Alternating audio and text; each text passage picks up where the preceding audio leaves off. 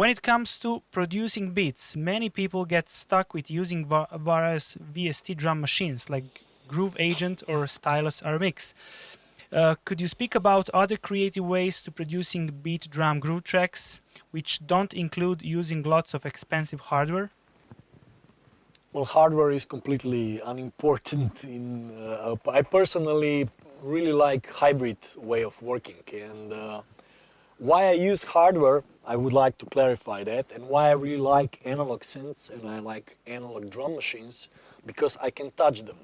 I have a direct connection with the sound. And another thing with analog synths, I really love analog synths that don't have memory, because it forces me to create new sounds. I don't click and go through thousands of presets and none of the sounds is good enough. When I'm working with analog synth, I am synthesizing a sound which will fit in 100% into the production that I'm working on. So this is the main reason, besides being able to touch knobs. It's a knob per function, one knob per function, so you immediately know what a certain knob will do and you can immediately touch it. And this is really important for me. Same story with mastering. Why I'm using hardware? Because I can close my eyes and I can tweak the sound. I can't do that with a plugin. It's a little bit more difficult. I would have to have a control. But with hardware, you focus more on sounds. But this is a concept of working and some sort of, it's not in terms of, hardware has a specific sound, but you can achieve like perfect results or equally good results, just a little bit different with in-the-box plugins. So if you want to work with drum samples, or better said drum sounds, I don't know, I never used those Stylus, Groove Agent, and stuff like that. I just use basic samplers. I'm an old school guy. I started with Akai S series and MPC and stuff like that. So I always had to sample my own sounds, because the sound libraries that came originally with those old Akai samplers, they sounded like shit. It was like simulations of live drums. So what we were doing, we were sampling kicks out of records, sampling snares, hi-hats, all the drum sounds out of records, sampling the drum machines, the analog drum machines, sampling the synthesizers. So we were basically using samplers as drum sources. And the first selection that is the most important is that we picked up only the sounds that we already liked. So the biggest minus I see with today's workflows is that there is too much sounds. You have like thousands and thousands and millions and gigabytes and terabytes of kicks, snares, hi-hats, and none of them sounds good enough. That's the overall consensus. So the first thing you have to do, you have to filter out the sounds from your banks, meaning that go through the sample banks you have and just pick the kicks, the snares, the hi-hats that you really, really like. And it will take you hours to search a database of a lot of drum samples, and first time you will make a big selection. Then after a week or few days, go through this first selection again and filter those sounds again to a minimum amount. So at the end you will have like a manageable amount of drum sounds. I personally work in a way that I assign like an octave of kicks, an octave of snares, an octave of hi-hats, octave of percussion, and octave of something extra. So I have 5 octaves of different sounds, so I can basically play them on keyboard or on a machine pads or whatever.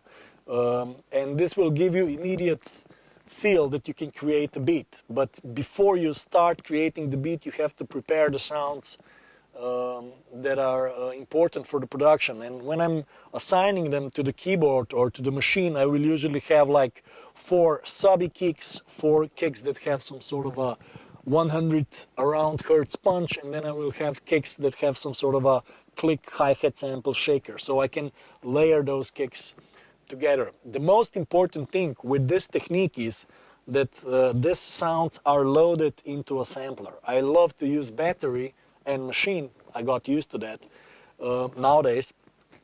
And the major advantage is that you have immediate control over pitch of the sample, so you can tune it up and down for a semitone or just for a few cents.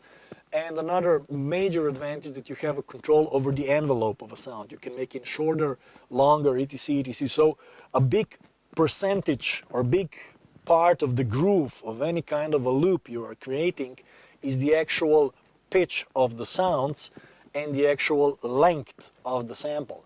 Especially with some sort of minimal electronica, people don't look at creation of the beats as of creation of the melodies. When I'm creating beats, I always hear melodies in techno or in any kind. It's like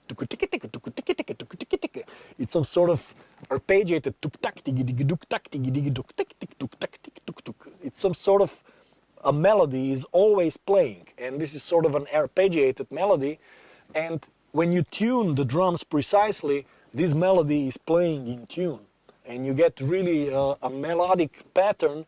And this melodic pattern will usually have reaction from the audience because it's a melody, and because this melodic pattern is already in a specific key. When you will start working with the bass line, with keys, with everything else, everything will fall in place because it will be in key.